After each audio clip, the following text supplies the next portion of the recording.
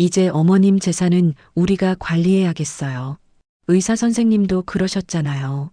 며느리 영희의 목소리가 진료실 문틈 사이로 새어 들어왔습니다. 저는 그 순간 화장실에 다녀오는 길이었고 진료실 복도 모퉁이에 몸을 숨긴 채 숨을 죽였습니다. 엄마, 근데 진짜 치매 맞는 거예요? 엄마가 보기엔 멀쩡하신 것 같은데. 아들 준호의 목소리였습니다. 제 아들, 제가 배 아파 낳고 30년을 키운 그 아들의 목소리에서 망설임이 느껴졌습니다. 당신은 의사예요. 내가 의사예요? 선생님이 MRI 보고 치매 2단계래잖아. 이거 늦으면 재산 다 날려. 빨리 성년후견 신청해야 한다니까. 며느리의 목소리는 날카로웠습니다. 저는 그 순간 다리에 힘이 풀려 복도 벽에 기댔습니다. 치매 2단계라니. 방금 전까지만 해도 의사 선생님은 그저 기억력이 조금 떨어질 수 있으니 한 달 뒤에 다시 오세요라고만 했는데요. 저는 분명히 들었습니다. 2단계라는 말은 없었어요. 없었는데 왜 며느리는 저렇게 단호하게 말하는 걸까요? 손이 떨렸습니다. 재산을 관리한다고? 내 재산을? 안녕하세요, 여러분. 오늘 제가 들려드릴 이야기를 끝까지 들으신다면 여러분의 부모님 혹은 여러분 자신을 지킬 수 있을지도 모릅니다. 이 영상이 도움이 되셨다면 구독과 좋아요 부탁드립니다. 그리고 꼭 주변 분들께 공유해 주세요. 한 분이라도 더 이런 일을 겪지 않기를 바라는 마음입니다. 제 이름은 박명숙입니다. 올해 65살이고요. 대구에서 혼자 살고 있습니다. 6개월 전까지만 해도 남편과 함께 살았는데 남편이 갑자기 세상을 떠나면서 모든 게 달라졌습니다. 남편과 저는 40년을 함께 살았습니다. 젊었을 때는 정말 가난했어요. 남편은 작은 공장을 운영했고 저는 옷가게에서 일했습니다. 아들 하나 키우느라 제대로 먹지도 못하고 입지도 못하고 살았죠. 하지만 행복했습니다. 남편은 술도 안 하고 담배도 안 하는 성실한 사람이었거든요.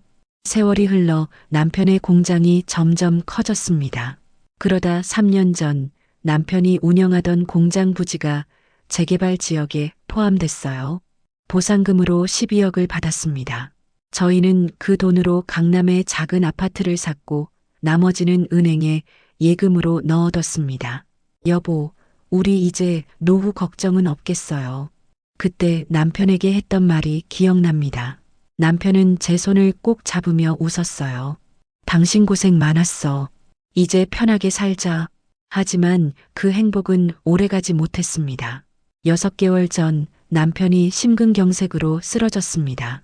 새벽에 갑자기 가슴을 움켜쥐고 쓰러졌는데 119를 불러 병원에 갔지만 이미 늦었어요. 응급실에서 남편은 제 손을 한번 꽉 쥐고는 그렇게 눈을 감았습니다. 장례식장에서 저는 넋을 잃고 있었습니다. 40년을 함께한 사람이 하루아침에 사라진다는 게 믿기지 않았어요.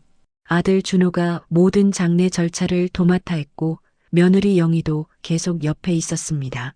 그때까지만 해도 고마웠어요. 역시 내 아들이야. 이럴 때 든든하네. 하지만 지금 생각해보면 그때부터였습니다. 모든 게 달라진 건 장례식이 끝나고 일주일 후 변호사 사무실에 갔습니다. 남편의 유언장은 따로 없었고 법적으로 모든 재산은 배우자인 제게 상속됐습니다. 강남 아파트 그리고 예금 8억, 총 12억의 재산이 고스란히 제 명의가 된 겁니다. 아들은 이렇게 말했어요. 엄마, 당연히 엄마 거예요. 제가 바라는 것도 없고요. 엄마 편하게 쓰세요. 그 말을 믿었습니다. 제 아들이니까요. 그런데 그날 이후부터 이상한 일들이 생기기 시작했습니다. 일주일에 3번씩 아들 부부가 저를 찾아왔어요. 전에는 명절 때나 한 번씩 보던 사람들이었는데 갑자기 매일같이 전화하고 찾아오고 엄마 밥 드셨어요? 엄마 약 드셨어요? 하며 챙기는 겁니다.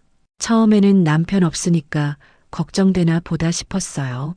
하지만 뭔가 석연치 않았습니다. 어머니, 어제도 같은 얘기 하셨는데요? 기억 안 나세요? 며느리 영희가 자꾸 이런 말을 하기 시작했습니다. 그랬나?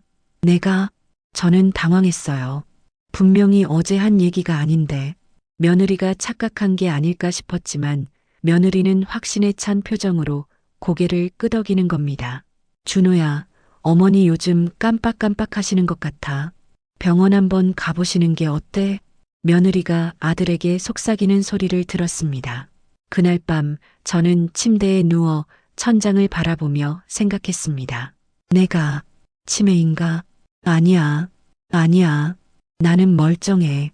어제 뭐 먹었는지도 기억나고 그저께 뭐 했는지도 다 기억나는데 하지만 불안했습니다. 며느리의 말이 자꾸 머릿속을 맴돌았거든요. 그리고 오늘 아들이 저를 병원에 데려갔습니다. 엄마, 건강검진 받으러 가요. 아빠도 돌아가셨으니까 엄마 건강은 더 잘 챙겨야죠. 신경과였습니다. 의사는 저에게 여러 가지 질문을 했어요. 오늘이 며칠인지, 대통령이 누구인지, 100에서 7씩 빼보라는 식의 질문들이었습니다. 저는 다 맞췄어요. 다 맞췄는데 의사는 고개를 갸우뚱하더니 MRI를 찍자고 했습니다. 그리고 1시간 뒤 다시 진료실에 들어갔을 때 의사의 표정이 심각했습니다. 보호자분도 같이 들어오시죠. 며느리가 제 옆에 바싹 붙어 앉았습니다. MRI상 뇌의 위축이 조금 보이네요. 혈액 검사 결과도 확인해 봐야겠지만 일단 1달 뒤에 다시 오세요. 경과를 지켜봐야 합니다. 그게 전부였습니다. 치매라는 말은 없었어요. 저는 안도했습니다. 다행이다. 아무 문제 없구나. 하지만 화장실을 다녀오는 길에 진료실 밖에서 들은 그 대화. 며느리가 치매 2단계라고 단정지어 말하는 그 목소리. 제 재산을 관리하겠다는 그 말. 온몸에 소름이 돋았습니다. 뭔가 잘못됐어. 집으로 돌아오는 차 안은 조용했습니다. 아들이 운전을 하고 며느리는 조수석에 앉아 계속 핸드폰만 들여다봤어요. 저는 뒷좌석에 앉아 창밖을 바라봤습니다. 한강이 보였습니다. 햇살이 강물에 반짝이며 부서지는 모습이 예뻤지만 제 마음은 그렇지 못했어요. 치매 2단계라니 며느리는 왜 저런 말을 한 걸까? 곱씹을수록 이상했습니다. 의사는 분명히 치매라고 진단하지 않았거든요. 그런데 며느리는 왜 확신에 찬 목소리로 그렇게 말했을까요? 엄마, 집 앞이에요. 조심히 들어가세요. 아들이 차를 세우고 말했습니다. 응, 고마워. 오늘 데려다줘서. 저는 억지로 미소를 지으며 차에서 내렸습니다. 하지만 아파트 현관으로 들어서는 순간 다리에 힘이 풀렸어요. 엘리베이터 거울에 비친 제 얼굴은 창백했습니다. 나 정말 괜찮은 거 맞지? 집 안으로 들어서니 남편의 부재가 더욱 크게 느껴졌습니다. 거실 소파에 앉아있던 남편의 모습이 부엌에서 커피를 내리던 남편의 뒷모습이 어른거렸어요. 여보, 저도 모르게 남편을 불렀습니다. 하지만 대답은 없었죠. 고요한 집안에 제 목소리만 메아리 쳤을 뿐입니다. 소파에 주저앉았습니다. 눈물이 주르륵 흘러내렸어요. 남편이 돌아가신 게 6개월 전인데 아직도 이렇게 힘들더라고요. 40년을 함께 산 사람이 하루아침에 사라진다는 게 실감이 나지 않았습니다. 장례식 때 일이 주마등처럼 스쳐 지나갔습니다. 장례식장에는 많은 사람들이 왔었어요. 남편의 공장 직원들, 옛날 동네 이웃들, 친척들, 모두들 좋은 사람이었는데 너무 일찍 가셨네 하며 안타까워했습니다. 아들 준호는 장례식 내내 울지 않았어요. 묵묵히 조문객들을 맞이하고 절차를 챙기고 저를 부축했습니다. 며느리 영희도 계속 옆에서 음식을 챙겨주고 물을 떠다 주었죠. 어머니, 물 드세요. 우시지 마시고요. 며느리가 물컵을 건넸을 때 저는 고마웠습니다. 그래도 우리 며느리가 챙기네. 다행이다. 하지만 장례식이 끝나고 집으로 돌아온 그날 밤, 저는 남편의 옷장을 열었습니다. 남편 냄새가 배어있는 옷들을 하나하나 꺼내 안고 울었어요. 여보, 나 혼자 어떻게 살아? 그 말을 몇 번이나 되뇌었는지 모릅니다. 다음 날 아침 아들이 전화를 걸어왔습니다. 엄마, 오늘 변호사 사무실 가야 해요. 아빠 유산 정리해야 하니까요. 유산 정리. 그 말을 들으니 현실이 확 와닿았습니다. 남편은 정말 이 세상에 없구나. 이제 모든 걸 제가 혼자 처리해야 하는구나. 변호사 사무실은 강남역 근처에 있었습니다. 아들과 함께 갔는데 변호사는 중년의 남자였어요. 유언장은 따로 작성하신 게 없으시네요. 법적으로는 배우자가 1순위 상속인이시니까 부인께서 모든 재산을 상속받으시면 됩니다. 변호사가 서류를 펼치며 설명했습니다. 재산 목록을 보시면 강남구 대치동 아파트 한 채, 시가 약 10억 원 정도 되시고요. 은행 예금이 8억 2천만 원 있으십니다. 총 18억 정도 되시네요. 18억. 그 숫자를 들으니 어지러웠습니다. 저 같은 사람이 18억이라는 돈을 가지게 되다니. 부인께서 도장 찍으시고 서명하시면 모든 명의가 부인 앞으로 넘어갑니다. 저는 떨리는 손으로 서류에 도장을 찍었습니다. 꽝! 도장이 서류에 찍히는 소리가 유난히 크게 들렸어요. 축하드립니다. 이제 모든 재산이 부인 소유입니다. 변호사가 웃으며 말했지만 저는 전혀 기쁘지 않았습니다. 이 돈이 남편의 목숨값처럼 느껴졌거든요. 사무실을 나오는 길에 아들이 말했습니다. 엄마, 이제 엄마가 다 관리하셔야 해요. 통장이랑 도장 잘 보관하시고요. 응, 알았어. 하지만 그날 저녁 아들에게 다시 전화가 왔습니다. 엄마, 근데 생각해보니까 엄마 혼자 그 많은 돈 관리하시기 힘드실 것 같은데요. 제가 도와드릴까요? 순간 가슴이 철렁했습니다. 왜일까요? 아들의 말은 분명히 걱정해서 나온 말인데 왠지 모르게 불편했어요. 아니야, 괜찮아. 엄마가 알아서 할 수 있어. 그래도 엄마 요즘 보이스피싱도 많고 그러잖아요. 제가 같이 관리해드리면. 준호야, 엄마가 정신없는 사람도 아니고. 걱정 마. 제가 조금 센 어조로 말하자 아들은 더 이상 말하지 않았습니다. 하지만 그날부터였어요. 아들과 며느리의 태도가 조금씩 달라지기 시작한 게 일주일에 한 번 정도 오던 아들 부부가 갑자기 일주일에 3번씩 오기 시작했습니다. 엄마, 오늘 뭐 드셨어요? 엄마, 약은 챙겨 드셨어요?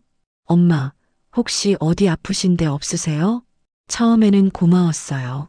남편 없으니까 아들이 챙기는구나 싶었죠. 하지만 일주일, 한 달, 2달이 지나면서 그게 부담스럽게 느껴지기 시작했습니다. 특히 며느리 영희의 태도가 이상했어요. 어머니, 어제 같은 얘기 또 하시네요. 어머니, 작년에도 그 이야기 하셨잖아요. 어머니, 제가 지난주에 말씀드렸는데 기억 안 나세요? 자꾸 이런 말을 하는 겁니다. 저는 당황했어요. 분명히 제 기억으로는 처음 하는 얘기인데 며느리는 계속 같은 얘기를 반복한다고 하니까요. 내가 진짜 깜빡한 건가? 불안해지기 시작했습니다. 밤에 잠을 자려고 누우면 오늘 하루 동안 있었던 일들을 하나하나 되짚어 봤어요. 오늘 아침에 뭐 먹었지? 김치찌개. 점심은 냉면. 저녁은 비빔밥. 다 기억났습니다. 며느리한테 무슨 얘기했지? 손주 학원 얘기. 그게 처음이었나 아니면 전에도 한 얘기였나? 헷갈리기 시작했어요. 며느리의 말이 제 확신을 흔들어 놓은 겁니다. 그리고 오늘 병원에서 들은 그 대화. 이제 어머님 재산은 우리가 관리해야겠어요. 며느리의 목소리가 자꾸 귓가에 맴돌았습니다. 소파에 앉아 창밖을 바라봤어요. 해가 지고 있었습니다. 노을이 아름다웠지만 제 마음은 점점 어두워졌죠. 뭔가 이상해. 하지만 무엇이 이상한지 명확히 알 수 없었습니다. 그저 막연한 불안감만이 가슴을 짓눌렀어요. 그날 밤 잠이 오지 않았습니다. 침대에 누워 천장을 바라보며 계속 생각했어요. 며느리가 왜 저런 말을 했을까? 치매 2단계라니. 의사는 분명히 그런 말을 하지 않았어요. 그런데 며느리는 마치 이미 확정된 사실인 것처럼 아들에게 말했습니다. 시계를 보니 새벽 3시였습니다. 잠을 청해봤지만 눈이 말똥말똥했어요. 일어나서 거실로 나왔습니다. 소파에 앉아 핸드폰을 꺼냈어요. 그리고 검색창에 치매 증상이라고 입력했습니다. 화면에 여러 정보들이 떴습니다. 최근 일을 기억하지 못한다. 같은 질문을 반복한다. 길을 잃는다. 시간과 장소를 혼동한다. 판단력이 떨어진다. 하나하나 읽으며 제 상태와 비교해 봤어요. 최근 일을 기억하지 못한다? 아니야, 나는 다 기억해. 같은 질문을 반복한다? 글쎄, 며느리는 그렇다고 하는데 내 기억으로는 아닌데. 길을 잃는다? 전혀 아니야. 나는 혼자서도 어디든 잘 찾아가. 읽으면 읽을수록 제게 맞는 증상이 없었습니다. 그럼 나는 치매가 아닌 거 아닌가? 하지만 며느리의 말이 계속 마음에 걸렸어요. 다음 날 아침 아들에게서 전화가 왔습니다. 엄마, 잘 주무셨어요? 응, 잘 잤어. 거짓말이었습니다. 한숨도 못 잤거든요. 엄마, 오늘 점심 같이 드실래요? 영희가 엄마 좋아하시는 갈비찜 해놨대요. 며느리가 요리를 한다고? 평소 같으면 기뻤을 텐데 왠지 마음이 편치 않았습니다. 그래, 갈게. 점심시간에 아들네 집으로 갔습니다. 아파트 단지 내 다른 동이었는데 걸어서 5분 거리였어요. 초인종을 누르자 며느리가 문을 열어줬습니다. 어머니, 어서 오세요. 환한 미소였습니다. 하지만 그 미소가 왠지 어색해 보였어요. 거실에 들어가니 식탁에 갈비찜이 놓여 있었습니다. 김치, 나물도 함께요. 어머니, 앉으세요. 제가 어머니 좋아하시는 갈비찜 만들었어요. 고마워. 식사를 하는 동안 며느리가 계속 말을 걸었습니다. 어머니, 요즘 잠은 잘 주무세요? 응, 잘 자. 어머니, 혹시 가스불 끄는 거 잊으신 적 있으세요? 순간 움찔했습니다. 가스불? 없어. 왜? 아니에요. 그냥요. 혹시나 해서요. 며느리의 눈빛이 제 표정을 살피는 것 같았어요. 어머니, 약은 잘 챙겨 드세요? 혈압약 매일 드셔야 하잖아요. 당연히 챙겨 먹지. 그래도 요즘 깜빡깜빡 하실까봐 걱정돼서요. 또 시작이었습니다. 깜빡깜빡한다는 그 말.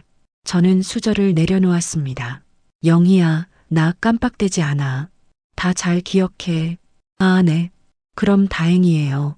어머니, 며느리는 웃었지만 그 웃음 뒤에 뭔가 다른 것이 숨어 있는 것 같았어요.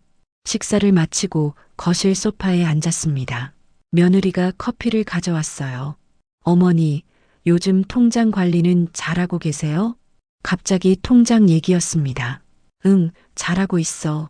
그래도 어머니 혼자서 그 많은 돈 관리하시기 힘드시잖아요. 제가 도와드릴까요? 가슴이 철렁 내려앉았습니다. 통장을 왜 관리하겠다는 거지? 아니야, 괜찮아. 내가 알아서 할 수 있어. 어머니, 요즘 보이스피싱도 많고 사기꾼들도 많잖아요. 혹시라도 어머니가 속으실까봐 걱정돼서요. 며느리의 목소리는 부드러웠지만 제게는 날카롭게 들렸어요. 나 안 속아. 걱정 마. 알겠어요, 어머니. 근데 혹시 통장이랑 도장 어디 보관하세요? 순간 눈이 마주쳤습니다. 며느리의 눈빛이 달랐어요. 뭔가를 노리는 듯한. 이게 뭐지? 왜 이런 질문을 하는 거야? 금고에 넣어뒀어. 아, 그래요? 비밀번호는 잘 기억하고 계시죠? 당연하지. 대화가 끝나고 집으로 돌아오는 길, 불안감이 점점 커졌습니다. 며느리가 내 재산을 노리는 건가? 아니야. 설마. 며느리가 그럴 리 없어. 하지만 병원에서 들었던 그 대화가 자꾸 떠올랐어요. 이제 어머님 재산은 우리가 관리해야겠어요. 그리고 며느리가 오늘 했던 질문들. 통장은 어디 있냐? 도장은 어디 있냐? 비밀번호는 기억하냐? 왜 이런 걸 묻는 거지? 집에 도착해 현관문을 열었습니다. 신발을 벗고 안으로 들어서는데 뭔가 이상했어요. 신발장 위에 놓아뒀던 열쇠꾸러미의 위치가 달랐습니다. 분명히 왼쪽에 놓아뒀는데 오른쪽에 있었어요. 내가 잘못 본 건가? 아니야. 나는 항상 왼쪽에 놓거든. 거실로 들어갔습니다. 소파 쿠션의 위치도 미묘하게 달랐어요. 혹시 누가 들어온 건가? 등골이 오싹했습니다. 아들에게는 비상키를 하나 줬었어요. 혹시 모를 상황에 대비해서요. 설마 아들이 들어온 건가? 서둘러 안방으로 갔습니다. 옷장 속 금고를 확인했어요. 금고는 그대로 있었습니다. 비밀번호를 눌러 열어보니 통장과 도장도 제자리에 있었어요. 안도의 한숨을 쉬었습니다. 다행이다. 아무 일 없네. 하지만 마음이 편하지 않았어요. 소파에 앉아 핸드폰을 꺼냈습니다. 친구 순자에게 전화를 걸었어요. 여보세요, 명수가? 순자의 목소리가 반가웠습니다. 순자야, 나 좀 이상한 일이 있어서. 저는 순자에게 모든 걸 털어놓았습니다. 병원에서 들었던 대화, 며느리의 이상한 질문들, 그리고 오늘 집에 돌아와서 느낀 위화감까지. 명수가, 그거 좀 이상한데? 며느리가 뭔가 꾸미는 거 아니야? 순자의 말에 가슴이 철렁 내려앉았습니다. 설마 우리 며느리가? 명수가, 요즘 그런 사건 많아. 뉴스에도 나오잖아. 노인 재산 노리는 자식들. 말문이 막혔습니다. 명수가, 조심해. 통장이랑 도장 절대 아무한테도 주지 마. 알았어. 전화를 끊고 한참을 멍하니 앉아 있었습니다. 내 아들이, 내 며느리가 정말 그럴 수 있을까?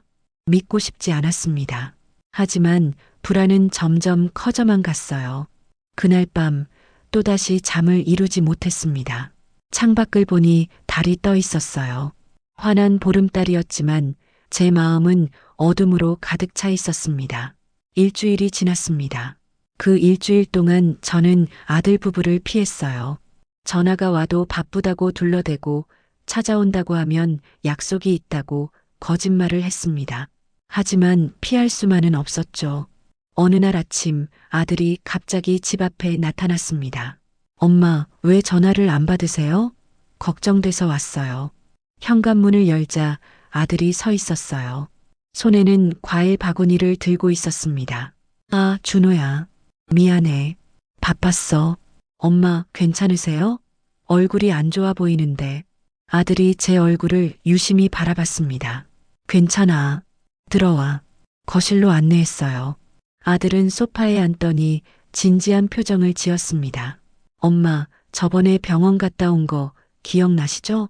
응, 기억나지. 의사 선생님이 한 달 뒤에 다시 오래요.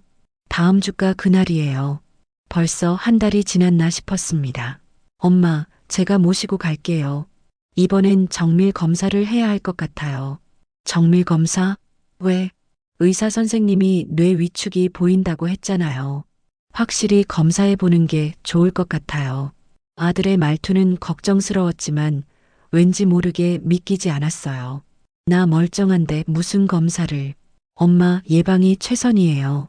미리 확인하는 게 나아요. 아들의 눈빛이 간절했습니다. 결국 저는 고개를 끄덕였어요. 알았어. 다음 주 화요일 아들이 저를 데리러 왔습니다.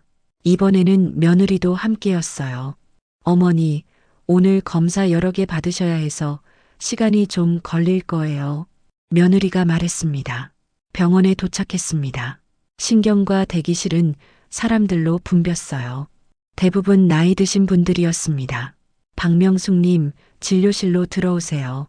간호사가 호명했습니다. 진료실에 들어가니 지난번과 같은 의사가 앉아 있었어요. 지난번 이후로 어떠셨나요? 별일 없었어요. 그래요? 가족분들은 어떻게 보셨나요? 의사가 아들을 바라봤습니다. 어머니가 요즘 자꾸 같은 말씀을 반복하세요. 그리고 약 먹는 것도 자주 잊으시고. 아들이 말했습니다. 저는 깜짝 놀라 아들을 쳐다봤어요. 내가 언제 같은 말을 반복했어? 약도 매일 챙겨 먹는데? 그렇군요. 오늘은 좀 더 정밀하게 검사해 보겠습니다. 의사가 고개를 끄덕이더니 간호사에게 뭔가를 지시했습니다. 저는 여러 검사실로 끌려다녔어요. 먼저 인지 기능 검사실로 갔습니다. 심리사가 저에게 질문지를 건넸어요. 오늘이 며칠인지 쓰세요. 2024년 10월 31일이요. 대통령이 누구인지 쓰세요. 대통령 이름을 썼습니다. 이 그림들을 기억하세요. 나중에 물어볼게요. 사과, 자동차, 시계 그림을 보여줬습니다. 그 다음에는 다른 질문들이 이어졌어요. 100에서 7씩 빼세요. 93, 86, 79, 72. 좋아요. 이번엔 아까 본 그림들이 뭐였는지 말해보세요. 사과, 자동차, 시계요. 모두 정확히 답했습니다. 심리사는 뭔가를 기록하더니 고개를 갸우뚱했어요. 다음은 혈액 검사였습니다. 간호사가 주사 바늘을 꽂았어요. 피가 뽑히는 동안 아들과 며느리는 밖에서 기다렸습니다. 마지막으로 MRI 검사를 다시 찍었어요. 좁은 기계 안에 들어가 30분 동안 꼼짝도 하지 못했습니다. 기계 소리가 시끄러웠지만 참았어요. 모든 검사가 끝나고 대기실로 나왔을 때는 오후 3시였습니다. 엄마 힘드셨죠? 수고하셨어요. 아들이 제 어깨를 토닥였습니다.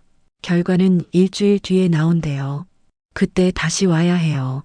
일주일. 그 일주일이 너무 길게 느껴졌습니다. 집으로 돌아오는 차 안에서 저는 계속 생각했어요. 내가 정말 치매인 걸까?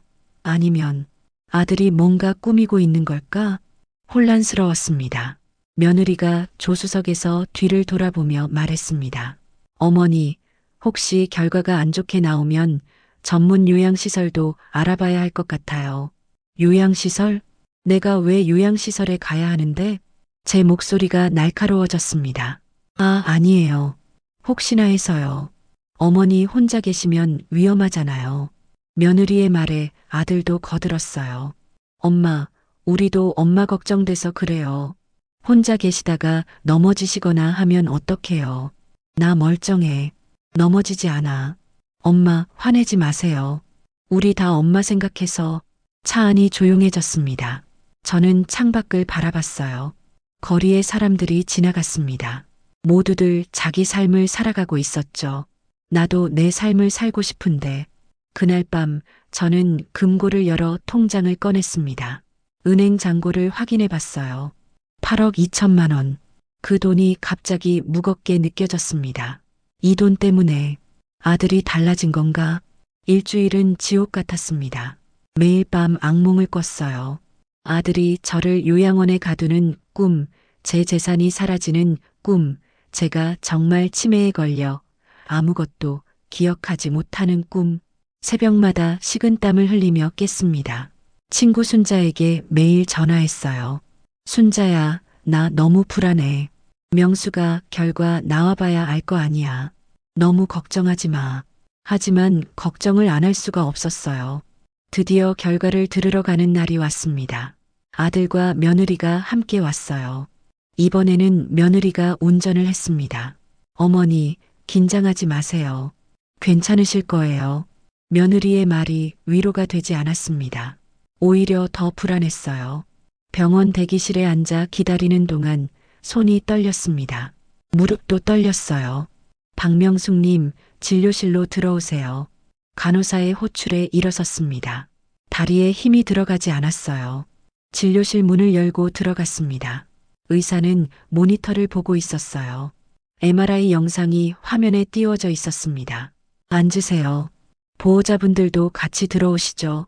아들과 며느리가 제 옆에 앉았습니다.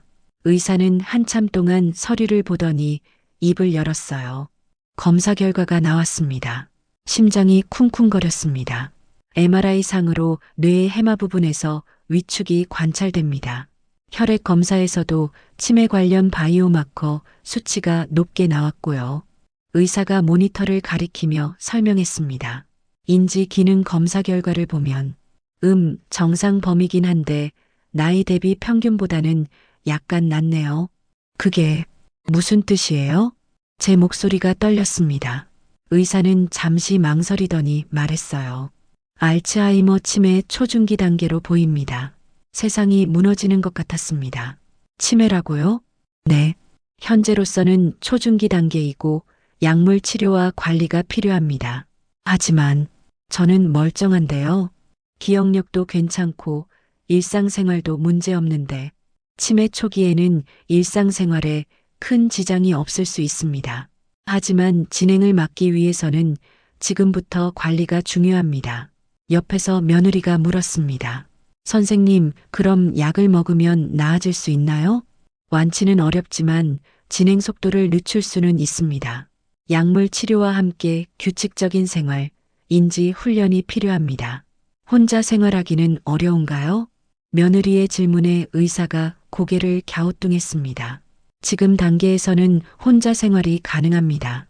다만 정기적인 관찰이 필요하고 재산 관리 같은 중요한 결정은 가족과 상의하시는 게 좋습니다. 재산 관리, 그 단어가 귓가에 꽂혔습니다. 다음 달에 다시 한번 오시고 약은 오늘부터 드세요. 의사가 처방전을 내밀었습니다. 진료실을 나왔습니다. 다리에 힘이 풀려 비틀거렸어요. 아들이 제 팔을 붙잡았습니다. 엄마, 괜찮으세요? 괜찮을 리가 없었죠. 복도를 걸어 나오는데 화장실 표지판이 보였습니다. 나 화장실 좀. 엄마, 제가 모셔다 드릴게요.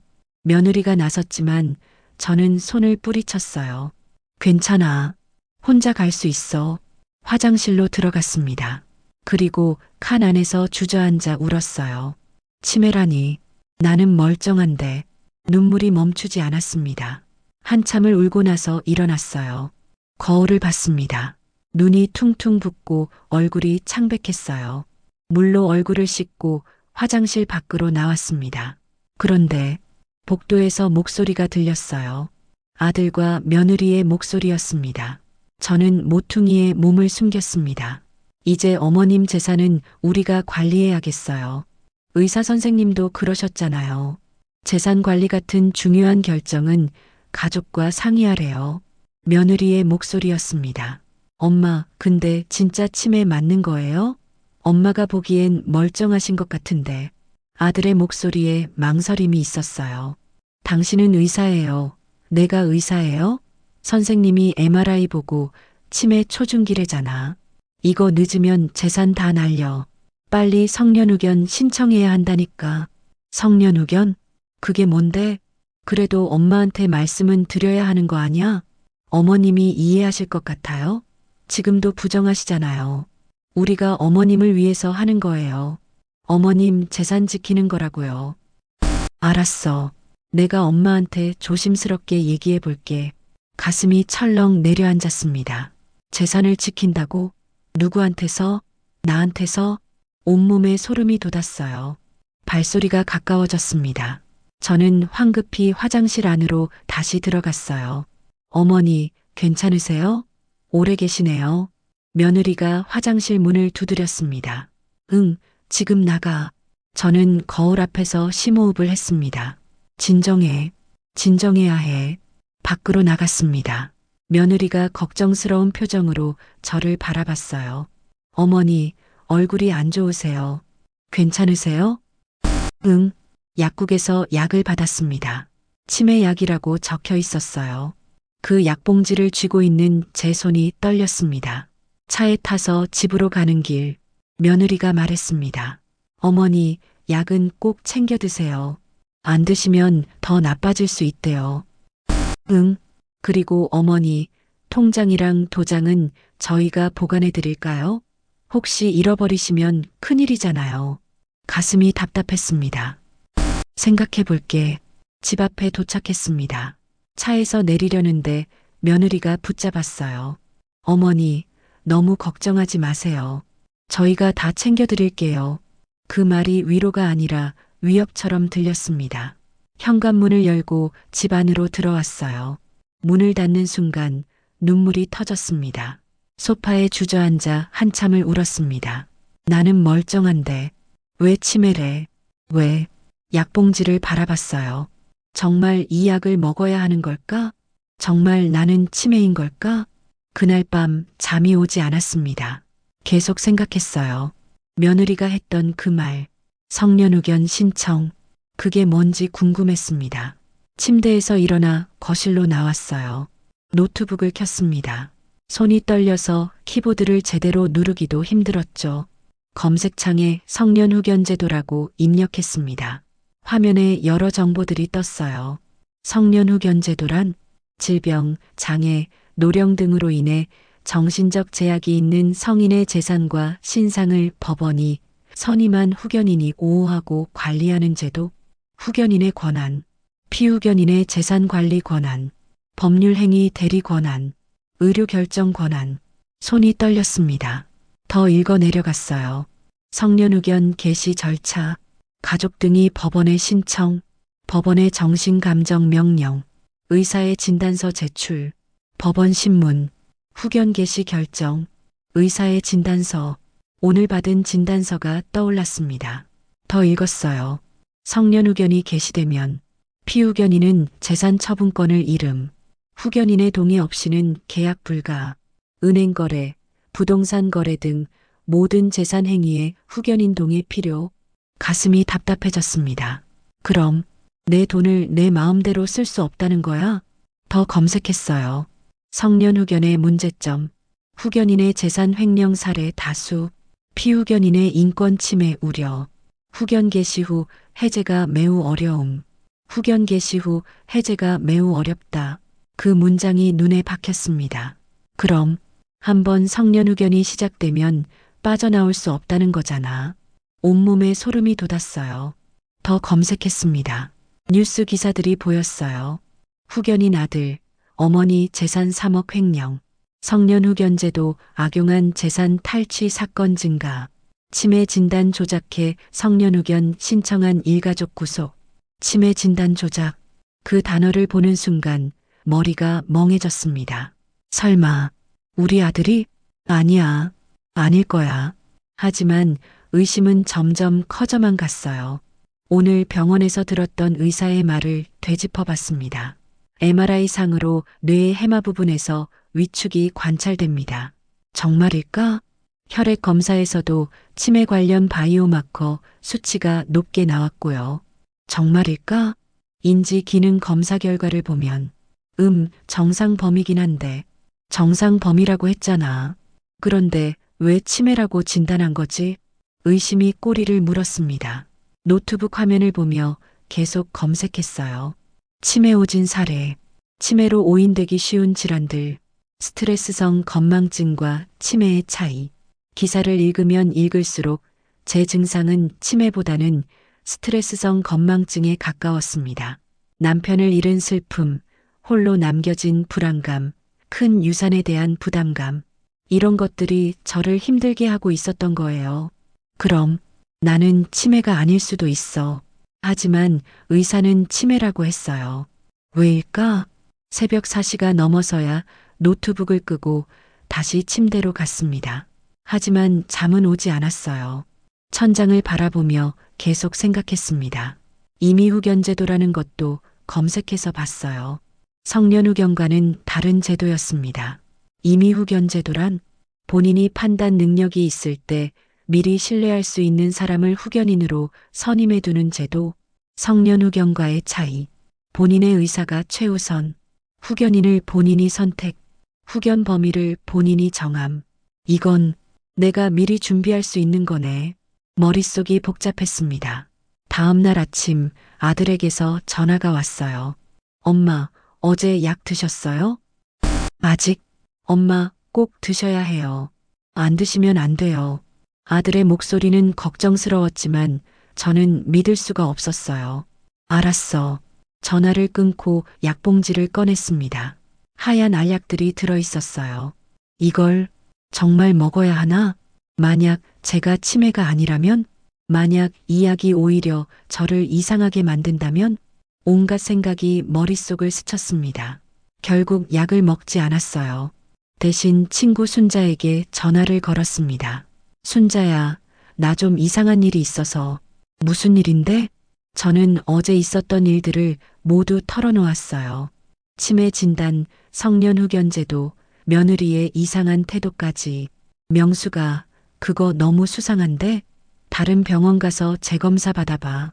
그래도 될까? 당연하지. 세컨드 오피니언이라고 하잖아. 다른 의사한테도 진단받아보는 거야.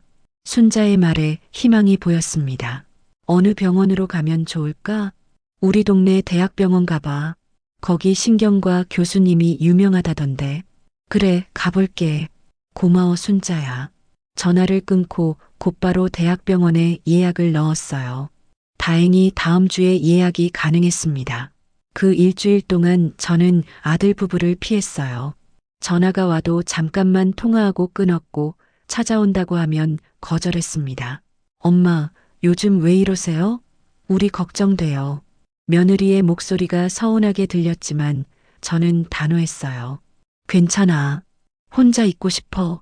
그 일주일 동안 저는 제 상태를 체크했습니다. 매일 일기를 썼어요. 오늘 뭘 먹었는지, 누구를 만났는지, 무슨 생각을 했는지 모두 또렷하게 기억났습니다. 나는 멀쩡해. 멀쩡하다고. 하지만 불안은 여전했어요. 만약 정말 치매라면? 만약 아들이 정말 저를 걱정해서 하는 일이라면? 혼란스러웠습니다. 대학병원 예약 전날 저는 옷장을 정리하고 있었습니다. 남편의 옷들이 아직도 그대로 걸려 있었어요. 이제는 정리해야겠다는 생각이 들었죠. 남편의 정장을 하나씩 꺼내며 눈물이 났습니다. 여보, 당신이 있었다면 이런 일이 없었을 텐데. 정장 주머니를 뒤지는데 영수증 한 장이 나왔어요. 병원 영수증이었습니다. 서울신경과의원, 환자명 박명숙, 진료일 2024년 8월 15일. 8월 15일, 저는 그날 병원에 가지 않았어요. 손이 떨렸습니다. 더 찾아봤어요. 다른 주머니에서 또 다른 영수증이 나왔습니다. 서울신경과의원, 환자명 박명숙, 진료일 2024년 9월 3일. 9월 3일도 저는 가지 않았어요. 제가 병원에 간 건 단 2번이었습니다. 첫 번째는 한 달 전, 두 번째는 일주일 전. 그런데 왜 4번의 진료 기록이 있는 거죠? 가슴이 두근거렸습니다. 누군가 내 이름으로 진료를 받았어? 서랍을 뒤졌어요. 남편의 유품들이 들어있던 서랍이었습니다. 그리고 거기서 메모지 하나를 발견했습니다. 남편의 글씨가 아니었어요. 여자 글씨였습니다. 박명숙 치매 진단서 마이너스 500만 원. 입금 계좌 국민은행 123-45-6만 7,890. 손이 떨려 메모지를 떨어뜨렸습니다. 500만 원. 치매 진단서를 돈을 주고 산다는 얘기잖아요. 이게 무슨 뜻이지? 급히 핸드폰을 꺼내 사진을 찍었어요. 증거로 남겨야 했습니다. 심장이 미친 듯이 뛰었습니다. 이건 조작이었어. 처음부터 조작이었어. 온몸에 힘이 빠졌어요. 소파에 주저앉았습니다. 머릿속이 복잡했어요. 누가 한 거지? 아들, 며느리, 둘 다일 수도 있었습니다. 그때 초인종 소리가 들렸어요. 깜짝 놀라 일어섰습니다. 문구멍으로 보니 며느리였어요. 어머니, 저예요. 문 열어주세요. 어떡하지? 지금 며느리를 마주할 수가 없었어요. 하지만 며느리는 계속 벨을 눌렀습니다. 어머니 계세요? 문 좀 열어주세요. 할 수 없이 문을 열었습니다.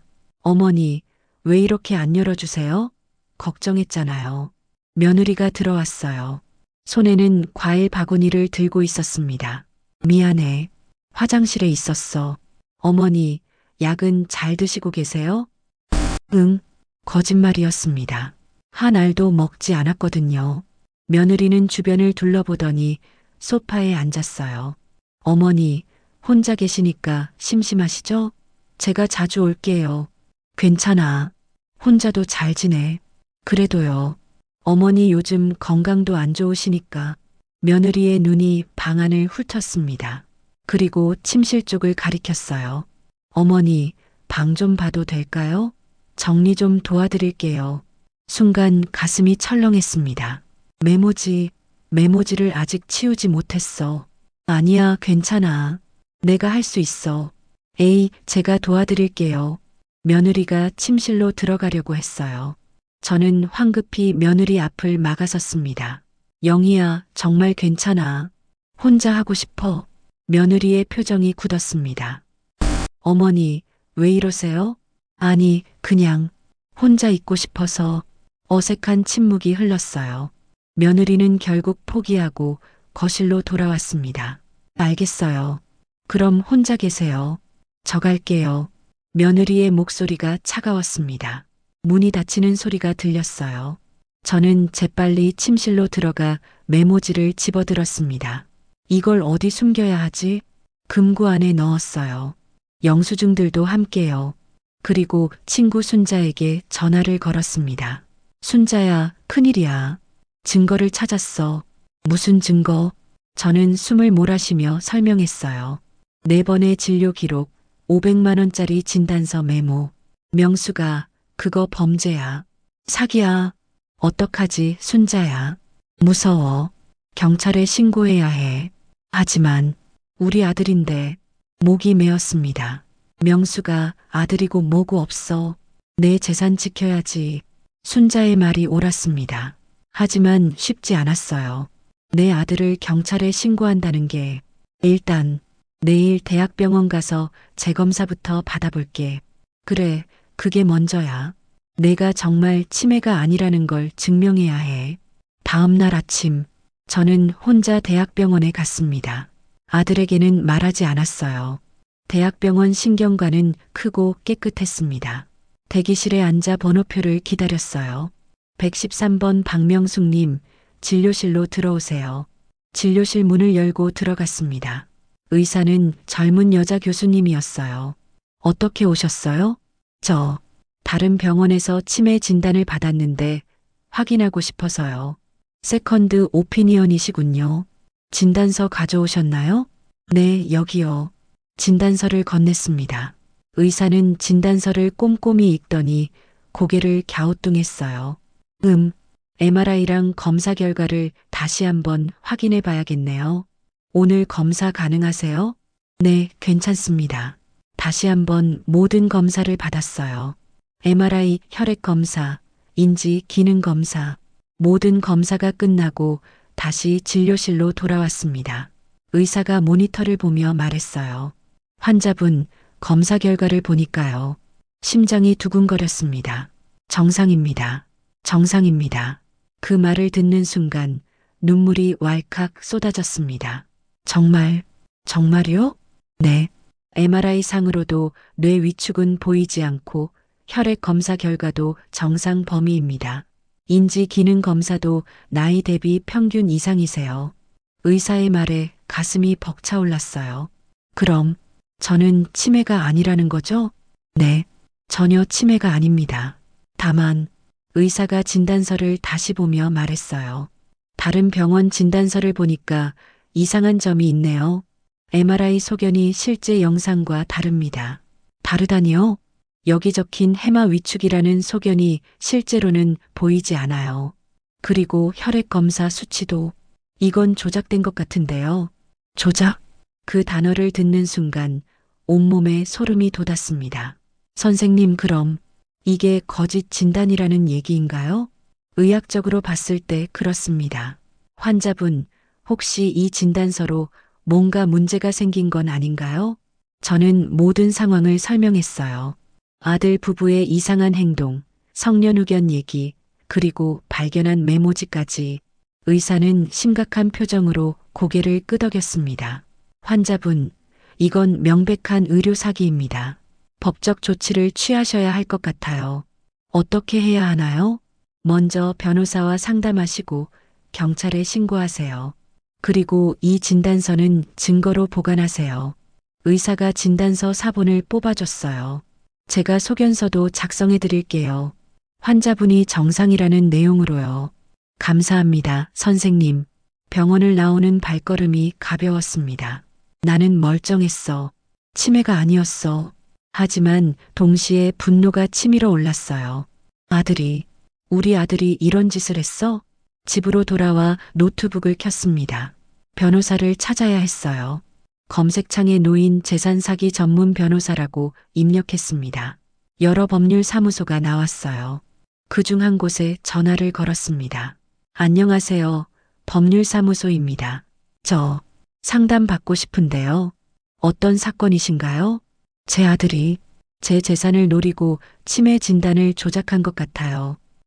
네, 잠시만요. 변호사님께 바로 연결해 드리겠습니다. 잠시 후 중년 남성의 목소리가 들렸어요. 저는 김성민 변호사입니다. 자세히 말씀해 주시겠어요? 저는 모든 상황을 설명했습니다. 남편의 사망, 유산, 아들 부부의 태도 변화, 거짓 진단, 그리고 발견한 증거들까지. 어르신, 이건 명백한 사문서 위조죄와 사기죄에 해당합니다. 증거가 충분하다면 고소 가능합니다. 고소요? 우리 아들을요? 목이 메었습니다. 어르신, 이건 범죄입니다. 가족이라고 해서 봐줄 문제가 아니에요. 변호사의 말이 옳았지만 마음이 아팠어요. 일단 다음 주에 직접 사무실로 오시겠어요? 증거들을 가져오시고요. 네, 그렇게 할게요. 전화를 끊고 한숨을 쉬었습니다. 정말 고소해야 하는 걸까? 그날 밤 잠을 이루지 못했어요. 아들의 어린 시절이 떠올랐습니다. 초등학교 운동회 때 달리기에서 1등했던 모습, 대학 합격했을 때 기뻐하던 얼굴, 결혼식 날 눈물 흘리던 모습. 내가 그렇게 키운 아들이 어떻게 나한테 이럴 수가 있어. 눈물이 흘렀습니다. 다음 날 아침 제 계획을 실행에 옮기기로 했어요. 더 많은 증거가 필요했습니다. 아들네 집에 비상키가 있다는 걸 기억해냈어요. 며느리가 예전에 말했었죠. 어머니, 혹시 모르니까 예비키를 어머니 집 화분 밑에 숨겨뒀어요. 현관 밖 화분을 들춰봤습니다. 키가 있었어요. 이걸 써도 될까? 하지만 진실을 알아야 했습니다. 아들 부부가 출근한 시간을 노렸어요. 오전 9시쯤 아들네 집으로 갔습니다. 키를 넣고 문을 열었어요. 심장이 두근거렸습니다. 불법 침입이 되는 건 아니겠지? 아들 집인데. 안으로 들어갔습니다. 조용했어요. 거실부터 살펴봤습니다. 서재로 갔어요. 서랍을 열어봤습니다. 서류들이 가득했어요. 하나하나 뒤지는데 파일 하나가 눈에 띄었습니다. 어머니 관련이라고 적혀 있었어요. 파일을 펼쳤습니다. 첫 페이지에 메모가 있었어요. 성년 의견 신청 절차, 의사 진단서 받기, 법원 신청서 작성, 어머니 설득, 후견인 지정 준호, 체크 표시가 되어 있었습니다. 다음 페이지에는 계약서가 있었어요. 의사와의 계약서였습니다. 계약 내용 박명숙 치매 진단서 작성, 대가 500만 원, 날짜 2024년 9월 20일. 손이 떨렸습니다. 핸드폰을 꺼내 사진을 찍었어요. 다음 페이지에는 아들 부부의 빚 내역이 있었습니다. 대출 총액 3억 2천만 원, 월 이자 350만 원, 3억이 넘는 빚. 그래서 내 재산이 필요했던 거구나. 마지막 페이지에는 메모가 있었어요. 며느리 글씨였습니다. 어머님 재산 12억, 성년 의견 지정되면 우리가 관리, 빚 갚고 새 사업 시작 가능. 어머님 요양원 보내면 월 200만 원 정도 충분히 가능. 가슴이 미어졌습니다. 요양원, 저를 요양원에 보낼 생각까지 하고 있었어요. 더 이상 볼 수가 없었습니다. 파일을 사진으로 찍고 원래 자리에 놓았어요. 집을 나오는데 다리에 힘이 풀렸습니다. 엘리베이터 안에서 주저앉아 울었어요. 내 아들이 집으로 돌아와 소파에 앉았습니다. 찍어온 사진들을 보며 울었어요. 얼마나 울었는지 모릅니다. 해가 지고 있었어요.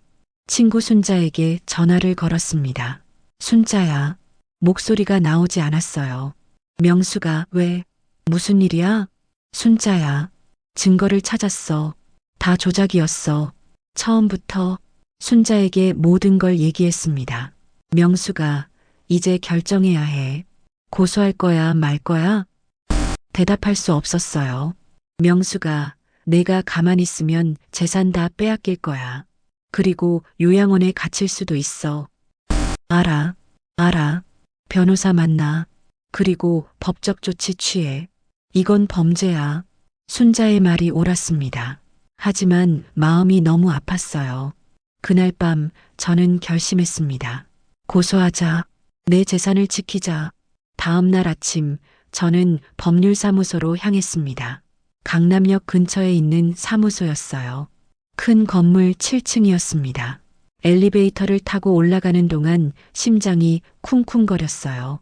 김성민 법률사무소 문패를 보고 노크했습니다. 들어오세요. 문을 열고 들어가니 중년의 남자 변호사가 앉아 있었어요. 박명숙 어르신이시죠? 앉으세요. 소파에 앉았습니다. 떨리는 손으로 가방을 열었어요. 증거들을 가져오셨나요? 네, 여기요. 핸드폰을 꺼내 사진들을 보여줬습니다. 병원 영수증, 500만 원 메모, 의사와의 계약서, 아들 부부의 빚 내역, 요양원 계획 메모. 변호사는 하나하나 꼼꼼히 봤어요. 어르신, 이건 확실한 증거입니다. 사문서 위조죄, 사기죄로 고소 가능합니다.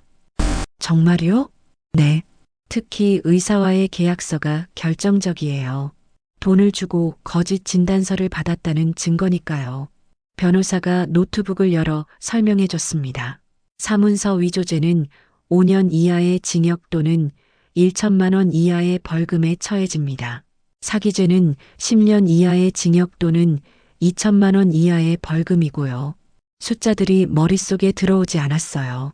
또 하나 중요한 건 성년 후견 신청을 막아야 합니다. 어떻게 막나요? 임의후견 제도를 활용하시면 됩니다. 어르신이 미리 신뢰할 수 있는 사람을 후견인으로 지정해 두는 거예요. 그럼 아들이 성년 후견 신청을 해도 안 되는 건가요? 네. 임의후견이 먼저 설정되어 있으면 성년 후견은 개시되지 않습니다. 희망이 보였습니다. 네, 그런데 누구를 후견인으로 지정하시겠어요? 신뢰할 수 있는 분이 있으신가요? 순자 언니 얼굴이 떠올랐습니다. 제 친구가 있어요. 40년 지기 친구요. 좋습니다. 그분과 상의하시고 다음 주에 임의후견 계약을 진행하겠습니다. 변호사가 서류를 꺼내며 말했어요. 그리고 어르신, 지금부터 아들 부부와의 대화는 모두 녹음하세요. 녹음이요? 네. 증거로 쓸 수 있습니다. 핸드폰 녹음 기능 아시죠? 잘 모르겠는데요. 변호사가 친절하게 핸드폰 녹음 기능을 알려줬어요. 이 버튼을 누르면 녹음이 시작됩니다. 대화하실 때마다 녹음하세요. 알겠습니다. 그리고 한 가지 더. 절대로 아들 부부에게 들키시면 안 됩니다. 증거 인멸할 수 있으니까요. 네. 사무실을 나왔습니다. 거리를 걷는데 다리가 후들거렸어요. 정말 이렇게까지 해야 하는 건가? 카페에 들어가 커피를 주문했습니다. 창가에 앉아 멍하니 밖을 바라봤어요. 사람들이 오갔습니다. 웃으며 걷는 사람, 전화하며 걷는 사람, 손잡고 걷는 연인. 모두 행복해 보였어요. 나만 왜 이런 일을 겪는 걸까? 핸드폰이 울렸습니다. 아들이었어요. 심호흡을 하고 전화를 받았습니다. 여보세요. 엄마, 오늘 저녁에 저희 집에서 식사하실래요? 영희가 엄마 좋아하시는 갈비찜 만든대요. 평소 같으면 좋아했을 텐데 이제는 무섭기만 했어요. 갈게. 좋아요. 6시에 오세요. 전화를 끊고 녹음 버튼을 확인했습니다. 녹음 시작. 변호사 말대로 모든 대화를 녹음해야 했어요. 저녁 6시 아들네 집 초인종을 눌렀습니다. 주머니 속 핸드폰에 녹음 버튼을 눌렀어요. 어머니, 어서 오세요. 며느리가 문을 열어줬습니다. 거실로 들어가니 식탁에 음식이 차려져 있었어요. 갈비찜, 나물, 김치, 된장찌개. 앉으세요, 어머니. 아들이 의자를 빼줬습니다. 식사를 시작했어요. 입맛이 없었지만 억지로 먹었습니다. 엄마, 요즘 약은 잘 드세요? 아들이 물었습니다. 응, 거짓말이었어요. 한 알도 먹지 않았습니다. 어머니, 그런데요. 며느리가 조심스럽게 말을 꺼냈어요. 저희가 어머님을 위해서 알아본 게 있어요. 뭔데? 요양원이요. 아니, 요양원이라기보다는 실버타운이라고 해야 하나? 정말 좋은 곳이에요. 가슴이 철렁했습니다. 벌써 요양원 얘기를 하는구나. 나는 집에서 살고 싶어. 어머니, 그런데 혼자 계시면 위험하잖아요. 치매도 있으시고. 나 치매 아니야. 목소리가 커졌습니다. 엄마, 의사 선생님이 그러셨잖아요. 치매 초중기래요. 나는 멀쩡하다고 식탁을 탁 쳤습니다. 아들과 며느리가 놀란 표정으로 저를 바라봤어요. 엄마, 왜 그러세요? 우리 다 엄마 생각해서? 정말 나를 생각해서 그러는 거야? 당연하죠. 어머니, 며느리의 목소리가 차가웠습니다. 그럼 통장은 왜 달라고 했어? 도장은 왜 달라고 했고? 어머니, 그건 어머님이 잃어버리실까봐. 나 안 잃어버려. 나는 멀쩡하다고. 엄마, 진정하세요. 너희들이 뭘 알아? 너희들이 더 이상 참을 수 없었습니다. 자리에서 일어났어요. 나간다. 어머니, 식사도 다 안 하셨는데. 뒤도 돌아보지 않고 집을 나왔습니다. 복도에 나와서야 눈물이 터졌어요. 엘리베이터를 타고 내려오는 동안 울었습니다. 주머니 속 핸드폰을 꺼냈어요. 녹음이 계속되고 있었습니다. 녹음 정지 버튼을 눌렀어요.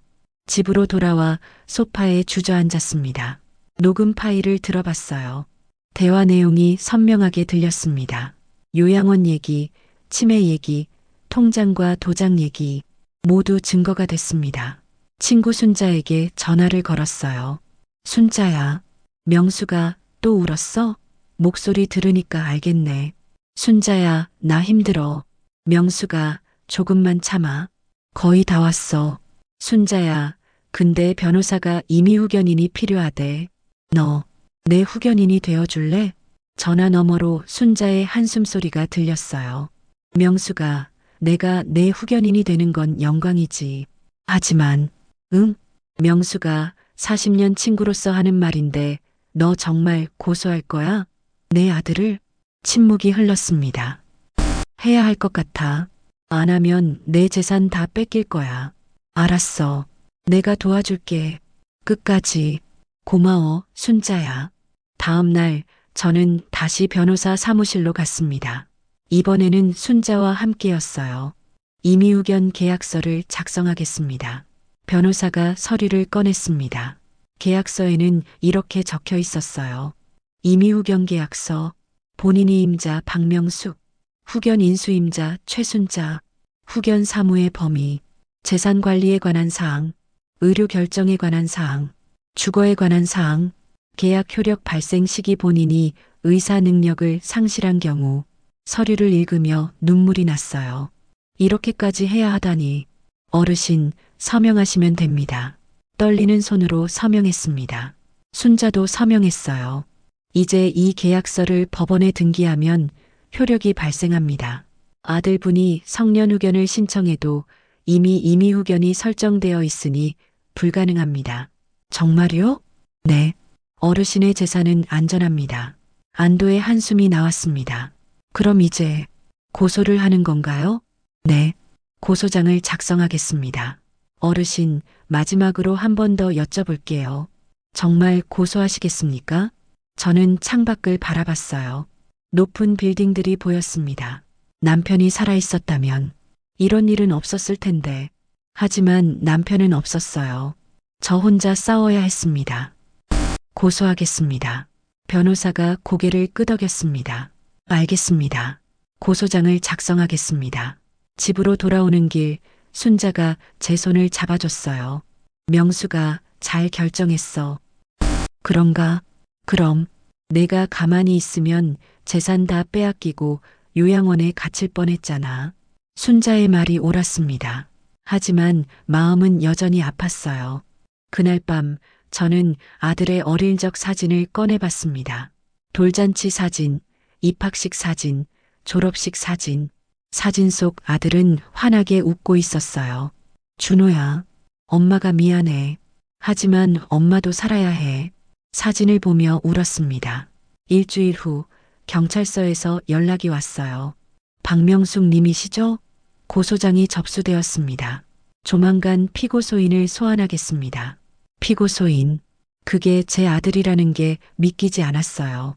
며칠 후 아들에게서 전화가 왔습니다. 엄마, 아들의 목소리가 떨리고 있었어요. 엄마, 경찰서에서 연락 왔는데 엄마가 나를 고소했다고. 응, 엄마, 왜요? 왜 이러세요? 준호야, 넌 엄마한테 뭘 했니? 엄마, 저는 엄마를 위해서, 나를 위해서 거짓 진단서 만들고 내 재산 빼앗으려던 게 나를 위해서야?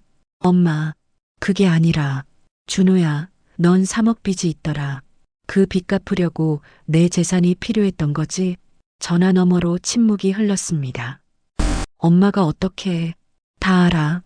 의사랑 계약한 것도, 요양원 보내려던 것도. 엄마, 준호야, 엄마는 내가 이런 아이로 클 줄 몰랐어. 엄마, 죄송해요. 제가 잘못했어요. 고소 취하해 주세요. 안 돼. 이미 늦었어. 전화를 끊었습니다. 가슴이 미어지는 것 같았어요. 하지만 돌아갈 수 없었습니다. 이미 강을 건넜습니다. 십장 유일한 친구의 도움 마이너스 변호사를 만나다 며칠 후 변호사에게서 연락이 왔어요. 어르신, 경찰 조사 날짜가 잡혔습니다. 다음 주 화요일 오전 10시입니다. 제가 가야 하는 거죠? 네, 제가 동행하겠습니다. 걱정하지 마세요. 전화를 끊고 한숨을 쉬었습니다. 순자에게 전화를 걸었어요. 순자야, 다음 주 화요일에 경찰 조사래. 무서워. 명수가, 내가 같이 갈게. 혼자 가지 마. 고마워. 그 일주일은 지옥 같았습니다. 밤마다 악몽을 꿨어요. 아들이 저를 원망하는 꿈, 감옥에 갇히는 꿈, 혼자 남겨지는.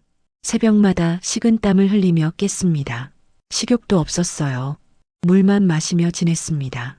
순자가 매일 전화를 해서 안부를 물었어요. 명수가, 밥은 먹었어? 못 먹겠어. 명수가, 밥 먹어야 해. 쓰러지면 어떡해. 순자야, 나 이러다 죽는 거 아닐까? 무슨 소리야. 명수가, 조금만 힘내. 곧 끝나. 순자의 목소리가 유일한 위로였습니다. 드디어 화요일이 왔어요. 새벽부터 일어나 씻고 옷을 입었습니다. 검은색 바지에 흰색 블라우스를 입었어요. 거울을 봤습니다. 얼굴이 많이 야위었더라고요. 여보, 내가 잘하고 있는 거 맞지? 남편 사진에 대고 중얼거렸습니다. 사진 속 남편은 웃고 있었어요. 오전 9시 순자가 집 앞으로 왔습니다. 명수가 준비됐어? 응. 택시를 타고 경찰서로 향했어요. 손이 떨렸습니다. 순자가 제 손을 꽉 잡아줬어요. 명수가, 괜찮아. 내가 옆에 있잖아. 고마워, 순자야. 경찰서 앞에 도착했습니다. 큰 건물이었어요. 태극기가 바람에 펄럭이고 있었습니다. 변호사가 입구에서 기다리고 있었어요. 어르신 오셨군요. 들어가시죠. 경찰서 안으로 들어갔습니다. 복도를 걷는데 다리가 떨렸어요. 조사실 앞에 도착했습니다. 문을 열고 들어가니 형사 한 분이 앉아 있었어요. 박명숙 님이시죠? 앉으세요. 딱딱한 의자에 앉았습니다. 오늘은 고소인 조사입니다. 편하게 말씀해 주시면 됩니다. 형사가 녹음기를 켰어요. 먼저 고소하게 된 경위를 말씀해 주시겠어요? 떨리는 목소리로 이야기를 시작했습니다. 남편의 사망, 유산 상속, 아들 부부의 이상한 행동, 거짓 치매 진단, 발견한 증거들, 모든 걸 말하는데 1시간이 걸렸어요. 증거를 제출해 주시겠어요? 변호사가 준비한 서류들을 꺼냈습니다. 거짓 진단서, 의사와의 계약서, 병원 영수증, 빚 내역, 녹음 파일. 형사는 하나하나 꼼꼼히 봤어요. 증거가 확실하네요. 이 정도면 기소 가능합니다. 정말요? 네. 사문서 위조죄와 사기 미수죄로 기소될 것 같습니다. 잠시 후 형사가 물었습니다. 어르신, 혹시 합의 의사는 없으신가요? 합의요? 네. 피고소인 측에서 합의를 원할 수도 있습니다. 변호사가 끼어들었어요. 형사님, 의뢰인은 합의 의사가 없습니다. 끝까지 가겠다고 하셨습니다. 네, 제 목소리였습니다. 끝까지 가겠습니다. 조사가 끝났습니다. 경찰서를 나오는데 다리에 힘이 풀렸어요. 순자가 부축해줬습니다. 명수가 수고했어. 잘했어. 순자야, 나 떨려. 괜찮아. 이제 반은 온 거야. 근처 카페로 갔습니다. 따뜻한 차를 마시며 앉아 있었어요. 변호사가 말했습니다.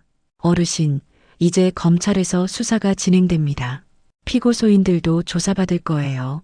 그럼 준호도? 네. 아드님과 며느님 모두 조사받습니다.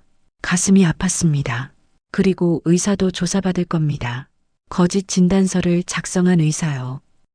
그렇군요. 검찰 조사가 끝나면 재판이 시작됩니다. 몇 달 걸릴 수 있어요. 몇 달.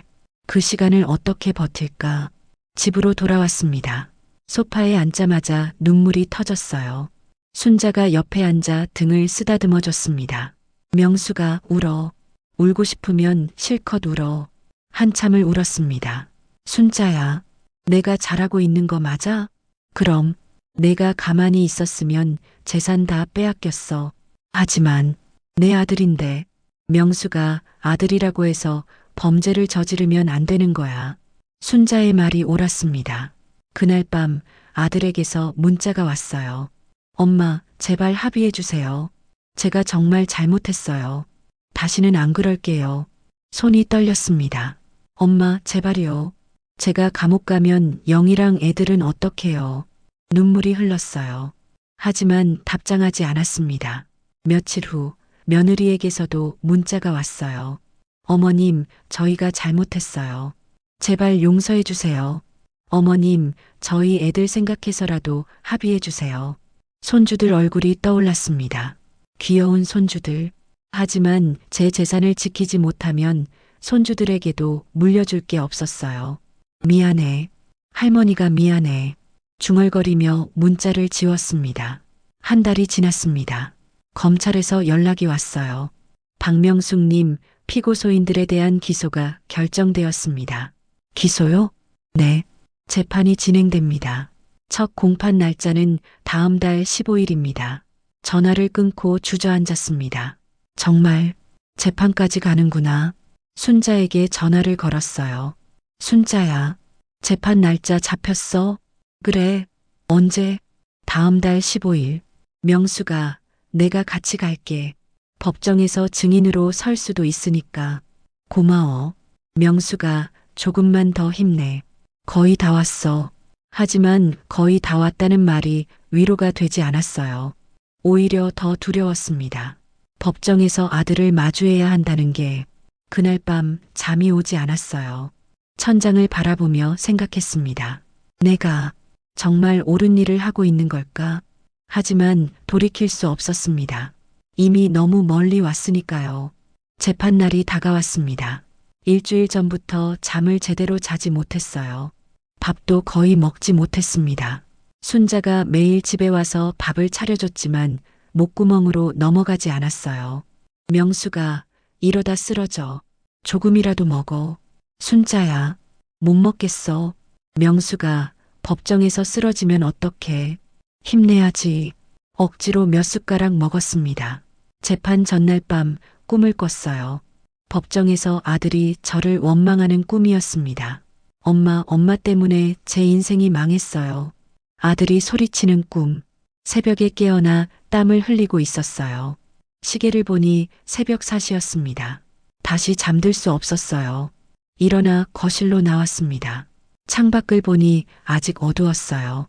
소파에 앉아 멍하니 있었습니다. 오늘 아들을 법정에서 보게 되는구나. 가슴이 미어졌습니다. 아침이 밝았어요.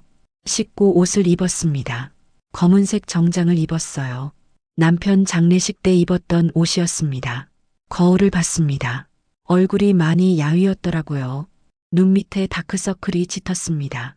여보, 나 좀 도와줘. 힘들어. 남편 사진에 대고 말했습니다. 오전 9시 순자가 왔어요. 명수가 준비됐어? 응. 변호사도 함께 왔습니다.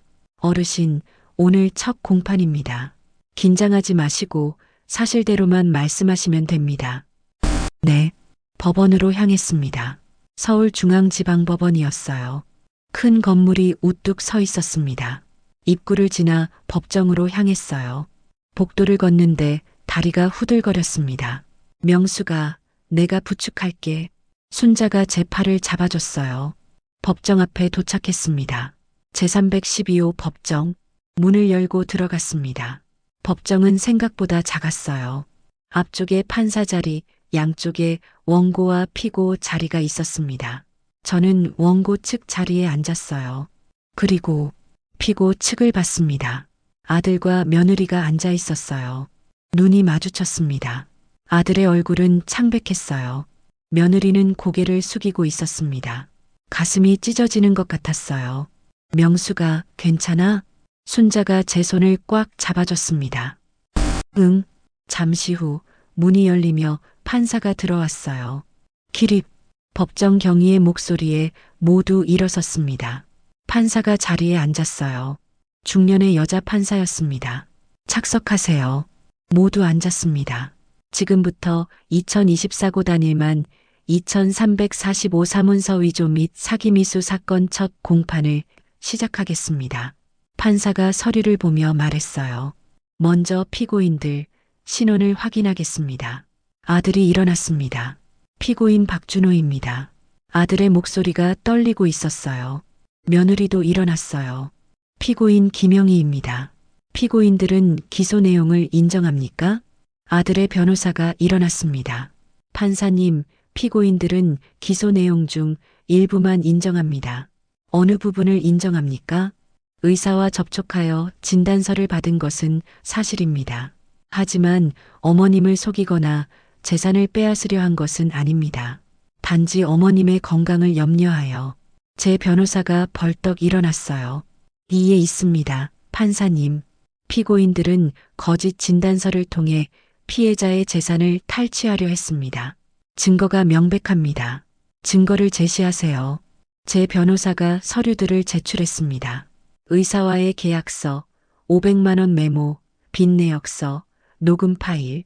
판사가 서류들을 살펴봤어요. 피고인 측, 이에 대해 반박하시겠습니까?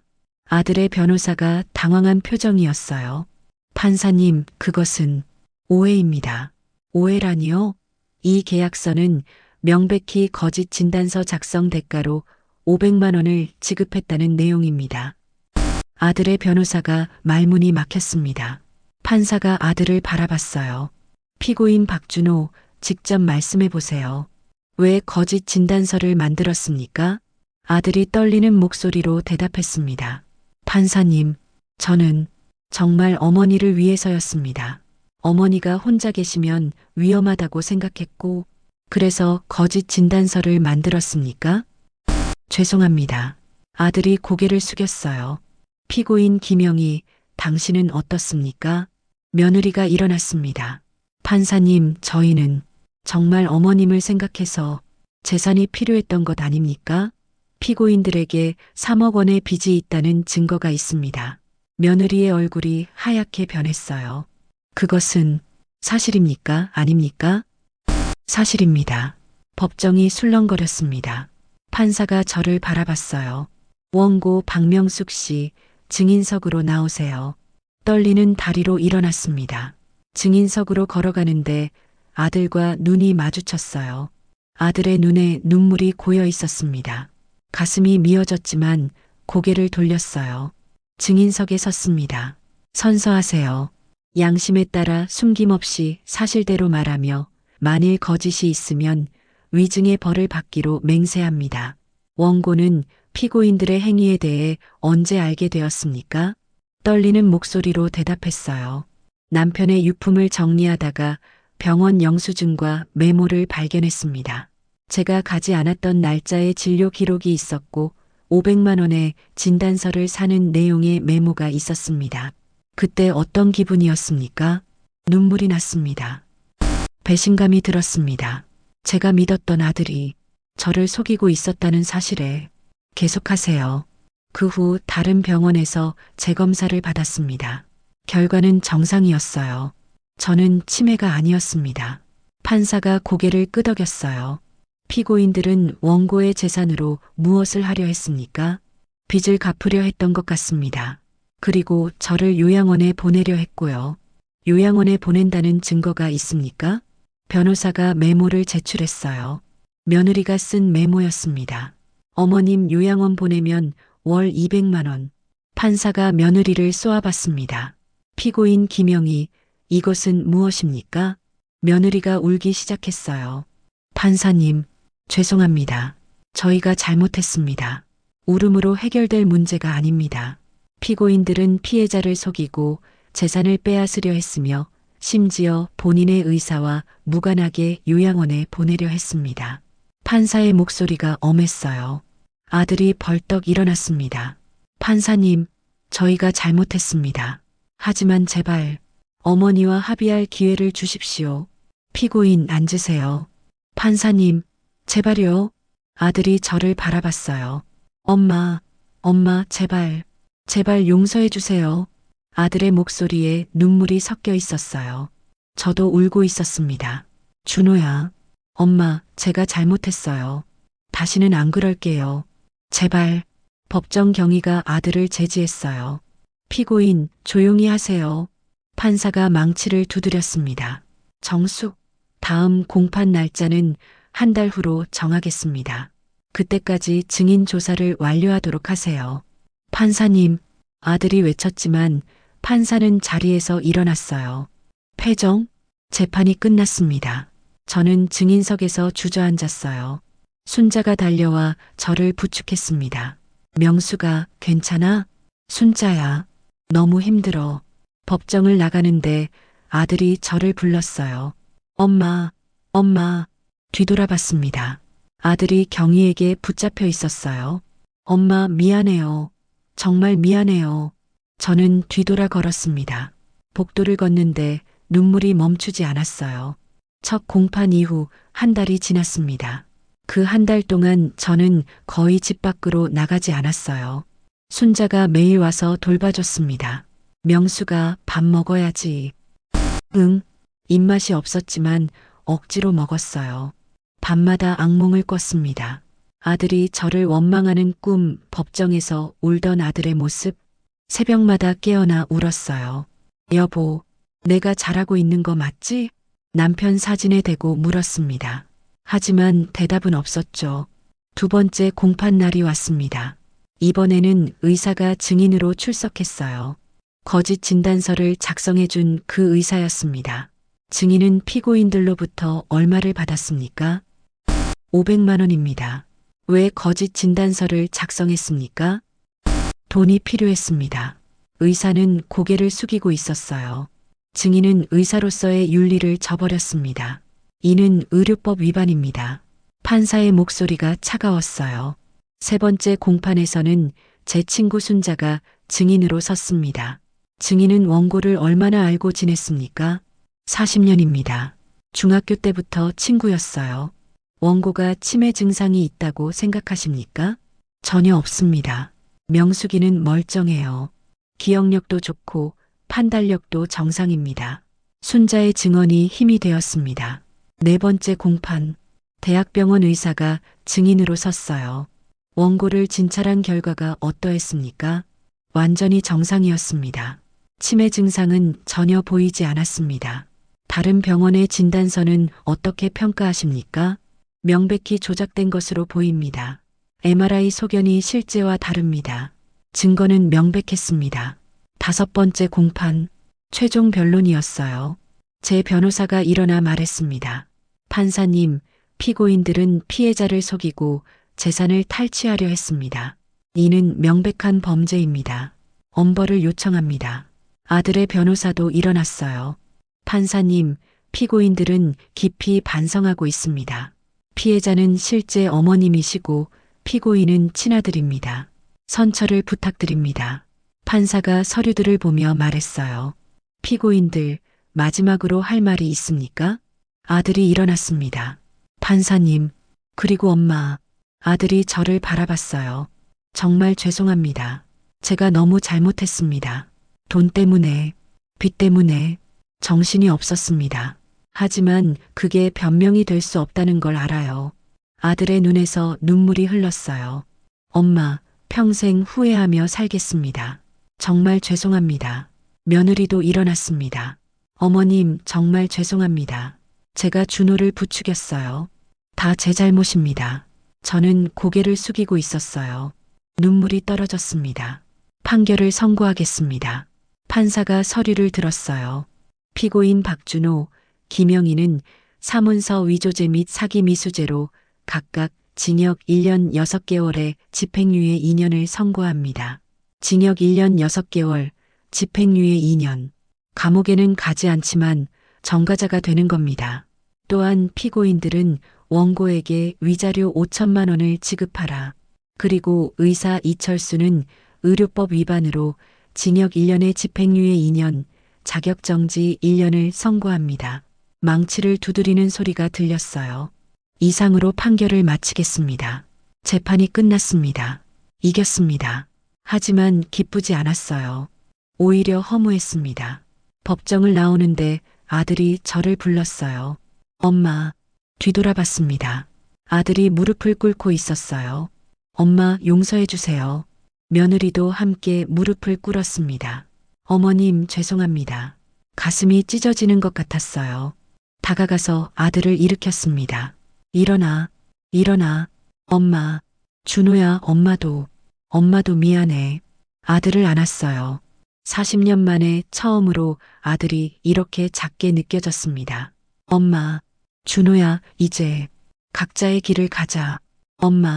엄마는 엄마대로 살고 너는 너대로 살아. 그게 서로를 위한 거야. 아들을 놓아줬습니다. 뒤돌아 걸었어요. 순자가 제 팔을 잡아줬습니다. 명수가 잘했어. 순자야, 나 이제 어떻게 살아야 하지? 명수가 내 인생을 살면 돼. 이제부터.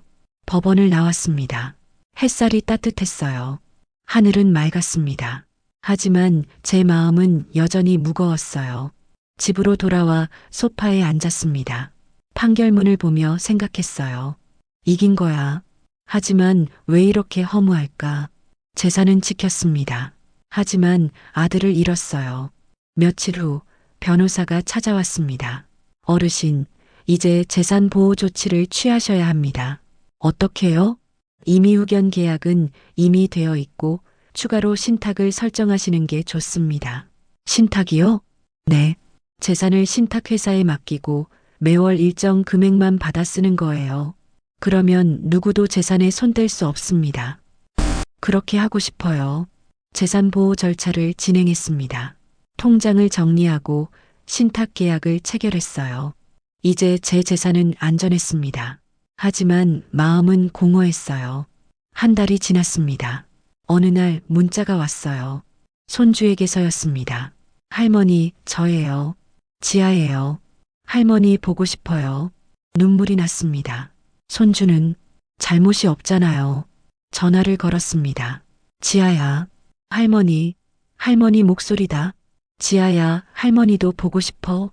할머니, 언제 볼 수 있어요? 곧 보자. 할머니 사랑해요. 할머니도 사랑해, 지아야. 전화를 끊고 울었습니다. 순자에게 전화를 걸었어요.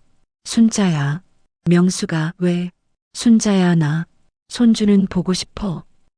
그럼 만나. 손주는 잘못 없잖아. 하지만 명수가 아들하고는 거리를 두되 손주는 만나도 돼. 그건 내 권리야. 순자의 말이 옳았습니다. 일주일 후 지아를 만났습니다. 카페에서 만났어요. 아들 부부는 오지 않았습니다. 지아만 왔어요. 할머니, 지아가 달려와 안겼습니다. 지아야, 할머니, 왜 안 보러 와요? 보고 싶었어요. 할머니도 보고 싶었어. 지아에게 선물을 줬어요. 예쁜 인형이었습니다. 와, 고마워요, 할머니. 지아의 웃는 얼굴을 보니 마음이 조금 풀렸어요. 그래, 살아야지. 지아를 위해서라도. 재판이 끝난 지 6개월이 지났습니다. 저는 이제 혼자 사는 법을 배웠어요. 아침에 일어나면 창문을 열고 커피를 내립니다. 혼자 아침을 먹고 산책을 나갑니다. 순자와 일주일에 2번씩 만나 차를 마셔요. 손주 지아는 한 달에 1번씩 만납니다. 아들과는 연락하지 않습니다. 가끔 아들에게서 문자가 와요. 엄마, 잘 지내세요. 정말 죄송합니다. 답장은 하지 않아요. 아직은 마음이 정리되지 않았거든요. 어느 날 순자가 제안했습니다. 명수가 우리 같은 피해자들 모임이 있대. 거기 가볼래? 피해자들 모임? 응. 자식들한테 재산 사기 당할 뻔한 노인들 모임이야. 그런 모임이 있어? 생각보다 많대. 우리처럼 당한 사람들이 다음 주에 모임에 갔습니다. 복지관 회의실에서 열렸어요. 10명 정도의 노인분들이 모여 있었습니다. 안녕하세요. 저는 박명숙입니다. 한 분씩 자기소개를 했어요. 저는 이영자입니다. 딸한테 치매 진단 조작당할 뻔했어요. 저는 김철수입니다. 아들이 제 집을 팔려고 했어요. 저는 최순희입니다. 며느리가 통장을 훔쳐갔어요. 모두 비슷한 이야기들이었어요. 가족에게 배신당한 사람들, 우리 같은 피해를 막으려면 어떻게 해야 할까요? 누군가 물었습니다. 저는 제 경험을 나눴어요. 먼저 임의후견 제도를 설정하세요. 그러면 성년후견을 막을 수 있어요. 그리고 재산은 신탁으로 보호하세요. 함부로 손댈 수 없게요. 가장 중요한 건 이상한 징조가 보이면 바로 확인하는 거예요. 저처럼 다른 병원에서 재검사를 받는 것도 방법이고요. 사람들이 고개를 끄덕였어요. 우리가 이 이야기를 더 많은 사람들에게 알려야 해요. 제가 말했습니다. 어떻게요? SNS를 활용하면 어떨까요? 요즘 유튜브도 있잖아요. 순자가 제안했어요. 그래서 시작했습니다. 유튜브 채널을 만들었어요. 노인 재산 지키기, 제 이야기를 영상으로 만들어 올렸습니다. 처음에는 조회수가 몇십 개에 불과했어요. 하지만 점점 늘어났습니다. 댓글이 달리기 시작했어요. 저희 어머니도 비슷한 일을 겪으셨어요. 도움이 됐습니다. 이런 정보를 진작 알았더라면 부모님께 꼭 보여드려야겠어요. 구독자가 늘어났습니다. 1000명, 10,000명, 10만 명. 많은 사람들이 제 이야기에 공감했어요. 방송국에서 인터뷰 요청도 왔습니다. 박명숙님의 이야기를 방송하고 싶습니다. 저는 흔쾌히 수락했어요. 제 이야기가 누군가에게 도움이 된다면 기꺼이 하겠습니다. 방송이 나간 후 더 많은 사람들이 저를 찾았습니다. 강연 요청도 많이 왔어요. 복지관, 노인회관, 심지어 대학교에서도 초청했습니다. 저는 어디든 갔어요. 제 이야기를 나누며 말했습니다. 여러분, 나이 들었다고 포기하지 마세요. 여러분의 재산은 여러분 것입니다. 누구도 심지어 자식이라도 함부로 빼앗을 수 없어요. 이상한 징조가 보이면 바로 확인하세요. 다른 병원에 가보세요. 임의후견제도, 신탁제도를 활용하세요. 미리 준비하면 충분히 막을 수 있습니다. 사람들은 고개를 끄덕이며 들었어요. 강연이 끝나면 많은 분들이 다가와 말했습니다. 고맙습니다. 덕분에 용기를 얻었어요. 저도 확인해 봐야겠어요. 우리 어머니께 꼭 알려드릴게요. 그 말들이 저에게 힘이 되었습니다. 어느 날 변호사에게서 연락이 왔어요. 어르신, 비슷한 피해자들을 위한 무료 법률 상담을 하려고 합니다. 도와주시겠어요? 물론이죠. 매주 토요일 법률사무소에서 무료 상담을 시작했습니다. 많은 노인분들이 찾아왔어요. 우리 아들이 제 집을 팔려고 해요. 며느리가 통장을 달라고 해요. 치매 진단을 받았는데 이상해요. 한 분 한 분 상담하며 도움을 드렸습니다. 어떤 분은 울면서 고마워했어요. 고맙습니다. 혼자였으면 당했을 거예요. 그럴 때마다 제 선택이 옳았다는 걸 느꼈습니다. 1년이 지났습니다. 어느 날 아들에게서 편지가 왔어요. 봉투를 열어봤습니다.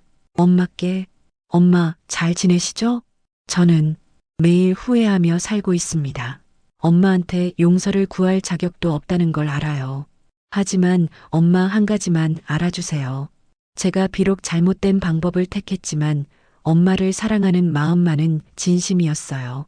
엄마가 행복하셨으면 좋겠습니다. 엄마를 사랑합니다. 준호 올림. 편지를 읽으며 울었어요. 순자에게 편지를 보여줬습니다. 명수가 어떻게 할 거야? 모르겠어. 아직은 용서가 안 돼. 그래도 언젠가는, 응, 언젠가는 시간이 해결해 주겠지. 지금 이 순간 저는 제 삶을 살고 있습니다. 아침에 일어나면 창문을 열고 커피를 마셔요. 순자와 만나 수다를 떨고 지하와 놀이공원에 갑니다. 유튜브에 영상을 올리고 강연을 다니며 제 이야기를 나눕니다. 행복하냐고요? 완전히 행복하다고는 할 수 없어요. 아들에 대한 그리움과 아픔은 여전하니까요. 하지만 후회하지는 않습니다. 제 재산을 지켰고 제 존엄성을 지켰으니까요. 그리고 무엇보다 많은 사람들에게 도움을 주고 있으니까요. 여러분께 마지막으로 말씀드리고 싶어요. 첫째, 믿었던 가족도 돈 앞에서는 변할 수 있습니다. 경계를 늦추지 마세요. 둘째, 이상한 징조가 보이면 즉시 확인하세요. 다른 병원에 가보고 전문가와 상담하세요. 셋째, 임의후견제도와 신탁제도를 활용하세요. 미리 준비하면 충분히 막을 수 있습니다. 넷째, 혼자 고민하지 마세요. 변호사, 경찰, 복지관에 도움을 요청하세요. 다섯째, 나이 들었다고 포기하지 마세요. 여러분은 여전히 소중하고 보호받아야 할 존재입니다. 이 영상이 도움이 되셨다면 구독과 좋아요 부탁드립니다.